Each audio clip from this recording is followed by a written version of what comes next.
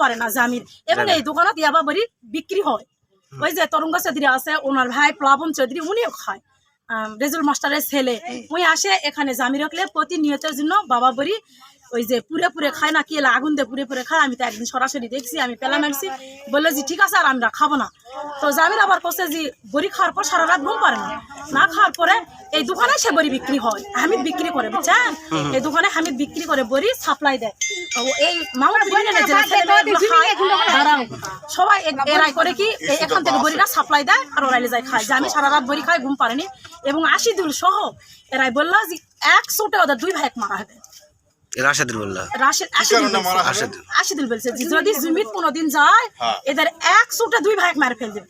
জমি তো আপনাদের, আমাদের দলিল, আমাদের চেয়ারম্যান রায় দিয়ে দিছে অলরেডি। চেয়ারম্যান রায় দিছে? হ্যাঁ, আমাদের রায় দিয়ে দিছে। রায় সামনে রবিবারে দিয়ে দিছে। জমিটা কি ফজলু ভাই লাগাছেন? আমরা লাগাইছি। আপনারাই লাগাইছেন? হ্যাঁ, আমরা জমি লাগাইছি। সেই জমি সকালবেলা সেই জমি কয়েকদিন তে ওই আমার ভাস্তি আমিনা ওদেরই তো সাথে একটা ঝামেলা, মেয়ে মানুষদের জমি ধান উগরাচ্ছে। আমি আবার বললাম পুলিশ দিয়ে ধরে দিব। ওর ছোট বাবা বলিচ্ছে ঠিক আছে তুমি যদি ধান এবার উগরাও তাহলে আমরা পুলিশ দিয়ে ধরে দিব, যেহেতু আইন বিরোধী একটা কাজ। আজকেও আমি না গেছে, এই জন্য ছোট বাবা বলেছে যে ধান যদি তুমি তোলো তাহলে আমরা পুলিশ দিয়ে ধরে দিব। তখন একাই এই মোটর সাইকেলে শুধু আমার স্বামী একাই গেছে। আর একাই যাওয়ার পর ওরাই করেছে কি আশিদুল আফজাল বলেছে যে ওদের মারে ফেলা হোক, ওদের দুনিয়ার বুকে থাকার দরকার নাই। এবং ফজলু হেলালের কথা বলেনি এখানে, এবং ফজলু দুটা সন্তানের কথা বলেনি, তার পরিবারের কথা বলেনি। ফজলু যদি দুনিয়ার থেকে উঠে যায় আমরা সবকিছু হাতে নিব। এটা পরিকল্পনা রাখতে ফজলুকে আমরা চেয়ারম্যানের ভোট করে, নৌকা প্রতীকের ভোট করে, বুঝতে পারছেন? দুলাল হাজির ভোট কেন্দ্র করে এগুলা অনেক মারামারি হয়ে যাচ্ছে। ওই হচ্ছে কাশির ভোট করে, আফজাল কাশির লোক, আমরা হচ্ছে নৌকার লোক, বুঝা পারেনি?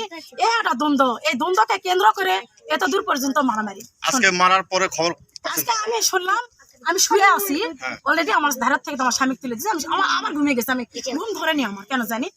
আমার এক ভাস্তা যাই বলছে চাষি তুমি শুয়ে আসি না? চাষি চাষি আমি বলছি কি বা কি হয়েছে? আনোয়ার জানলাতে ডাকিচ্ছে, ওই ভয়ে আমার বাসার যায়নি, তো জানলা খেয়ে বাজায় ডাকিছে। আমি বলছি কি বা বলো? তখন বললো যে চাষা তো মারে ফেলে দিছে। আমার তো জীবন তার ধর নাই, আমি তো উঠে পাগলা হয়ে গেছি, কে মারলো। তখন আমি ফোনে, আমার কাছে ফোন নাই ওই মুহূর্তে, তখন আমি ফোন আমার ছেলের হাতে দিলাম। এখন চিকিৎসাধীন আছে নাকি? হ্যাঁ, এখন চিকিৎসা। আপনারা প্রতিবেশী হিসাবে জানেন এর জমির সংক্রান্ত দ্বন্দ্ব আছে?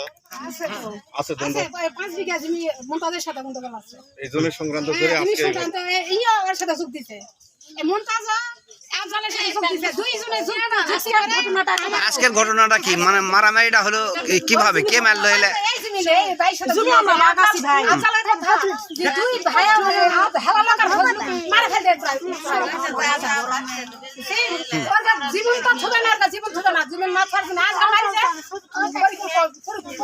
ওদের একটা পরিকল্পিত প্ল্যান ছিল।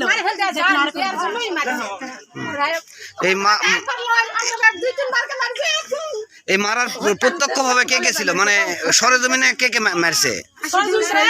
সরেজমিনে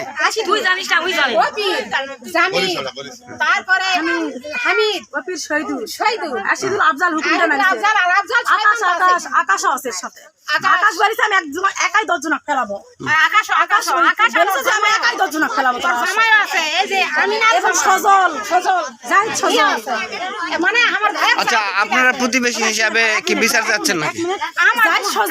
গোপীনাথপুরে ছাত্রলীগের 2 জন ছেলে 2টা মোটরসাইকেল ভাড়াটিয়া করে নিয়ে আসে, পরিকল্পিত একটা প্ল্যান করে কোদাল দিয়ে হত্যার উদ্দেশ্যে কোদাল একবারে মাহাত মারে ফেলেছে।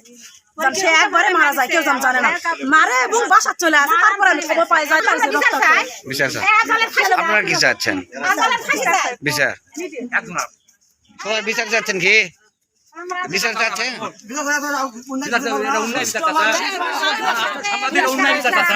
সেটা আপনারা প্রতিবেশী বিচার সেটা বলবেন তো, আপনারা দেখেননি ওরা, সেটাই বলবেন বাবা। আমরা জিজ্ঞাসার জন্য আসছি এখানে, বলেন বিচার হবে, বিচার তার জন্যই তো যে করা মারিতে উপযুক্ত বিচার হবে, এবং মাস্টার প্ল্যান যারা আছে উপযুক্ত বিচার হবে। পরিকল্পিত প্ল্যান করে মারা হয়েছে ভাই, হত্যা আমার নাম মোহাম্মদ আব্দুল মজিদ। আব্দুল মজিদ এখানকারই তো। এখানে এখানে বাড়ি। সাথে থাকে